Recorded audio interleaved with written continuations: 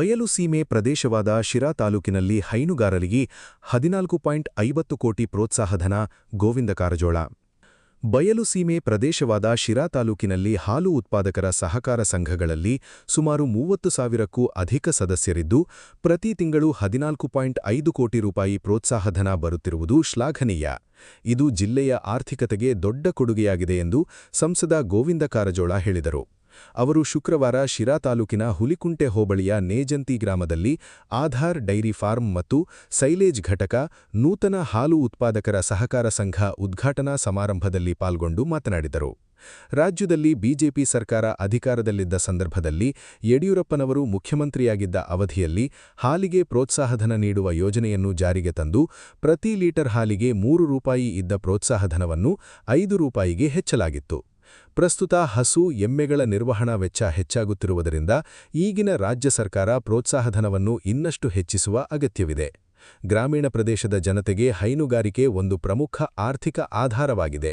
ಇಂದು ಗ್ರಾಮೀಣ ಭಾಗದಲ್ಲಿ ಹೈನುಗಾರಿಕೆ ಬಿಟ್ಟರೆ ಬೇರೆ ಯಾವ ಉದ್ಯೋಗವೂ ಇಲ್ಲ. ಕೃಷಿಯನ್ನೇ ನೆಚ್ಚಿ ಬದುಕಬೇಕಾದ ಅನಿವಾರ್ಯತೆಯಿದೆ. ಹಿಂದೆ ಸಾವಿರಾರು ಎಕರೆ ಜಮೀನು ಹೊಂದಿದ್ದ ರೈತರು ಈಗಿಲ್ಲ. 80% ರೈತರು ಕೇವಲ 5ರಿಂದ 10 ಎಕರೆ ಜಮೀನು ಹೊಂದಿರುವ ಸಣ್ಣ ರೈತರಾಗಿದ್ದಾರೆ. ಇಂತಹ ಪರಿಸ್ಥಿತಿಯಲ್ಲಿ ಹೈನುಗಾರಿಕೆ ಈ ಕುಟುಂಬಗಳಿಗೆ ಆಸರೆಯಾಗಿದೆ ಎಂದರು. ರೈತರಿಗೆ ಆರ್ಥಿಕ ನೆರವು ನೀಡುವ ಉದ್ದೇಶದಿಂದ ಪ್ರಧಾನಿ ನರೇಂದ್ರ ಮೋದಿಯವರು ಜಾರಿಗೆ ತಂದ ಕಿಸಾನ್ ಸಮ್ಮಾನ್ ಯೋಜನೆಯಡಿ ರೈತರ ಖಾತೆಗೆ ವಾರ್ಷಿಕ 6,000 ರೂಪಾಯಿ ಜಮೆಯಾಗುತ್ತಿದೆ.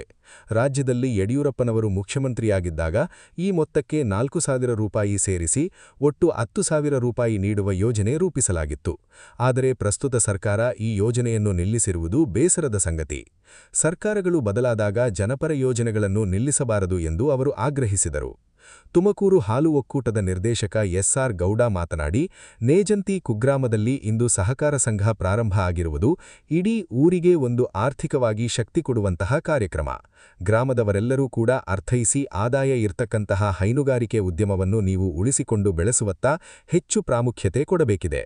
ಯುವಕರಿಗೆ ಈ ಸಂದರ್ಭದಲ್ಲಿ ನಾನು ಮನವಿ ಮಾಡ್ತೀನಿ, ನೀವೆಲ್ಲರೂ ಕೂಡ ಎಲ್ಲೋ ಹೋಗಿ 15,000 20,000 ರೂಗಳಿಗೆ ಕೆಲಸ ಮಾಡುವ ಅವಶ್ಯಕತೆ ಇಲ್ಲ. ನೀವು ಈ ಹೈನುಗಾರಿಕಾ ಉದ್ಯಮದಲ್ಲೇ ಕೂಡ ಒಂದು ತಿಂಗಳಿಗೆ ಲಕ್ಷಗಟ್ಟಲೆ ಸಂಪಾದನೆ ಮಾಡುವ ಅವಕಾಶ ಹೈನುಗಾರಿಕೆಯಲ್ಲಿದೆ.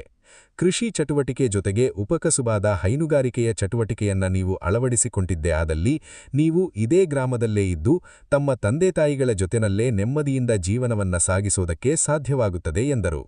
ಬಯಲು ಸೀಮೆ ಪ್ರದೇಶವಾದ ತುಮಕೂರು ಹಾಲು ಒಕ್ಕೂಟದ ಗುಬ್ಬಿ ನಿರ್ದೇಶಕಿ ಭಾರತಿ ಶ್ರೀನಿವಾಸ್ ಮಾತನಾಡಿ, ಹೈನುಗಾರಿಕೆಯಲ್ಲಿ ತೊಡಗಿಸಿಕೊಳ್ಳಲು ಇಂದು ಯುವಕರು ಹೆಚ್ಚು ಆಸಕ್ತಿದಾಯಕರಾಗಿ ಈ ಕ್ಷೇತ್ರಕ್ಕೆ ಪಾದಾರ್ಪಣೆ ಮಾಡುತ್ತಿರುವುದು ಉತ್ತಮ ಬೆಳವಣಿಗೆ.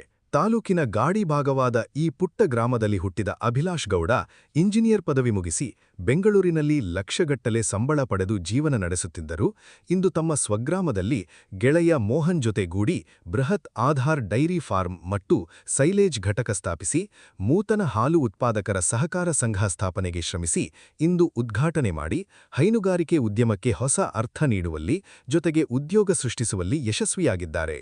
ಇವರ ಈ ನಡೆ ಇತರರಿಗೂ ಸ್ಫೂರ್ತಿದಾಯಕವಾಗಲಿ ಎಂದರು.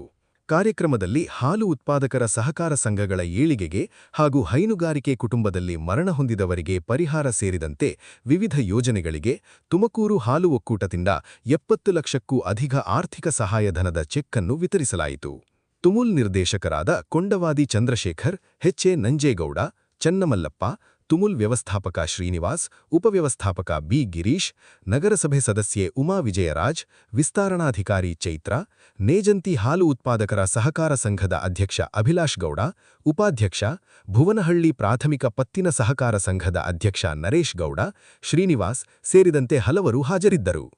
ತುಮಕೂರು ಹಾಲು ಒಕ್ಕೂಟದ ಗುಬ್ಬಿ ನಿರ್ದೇಶಕ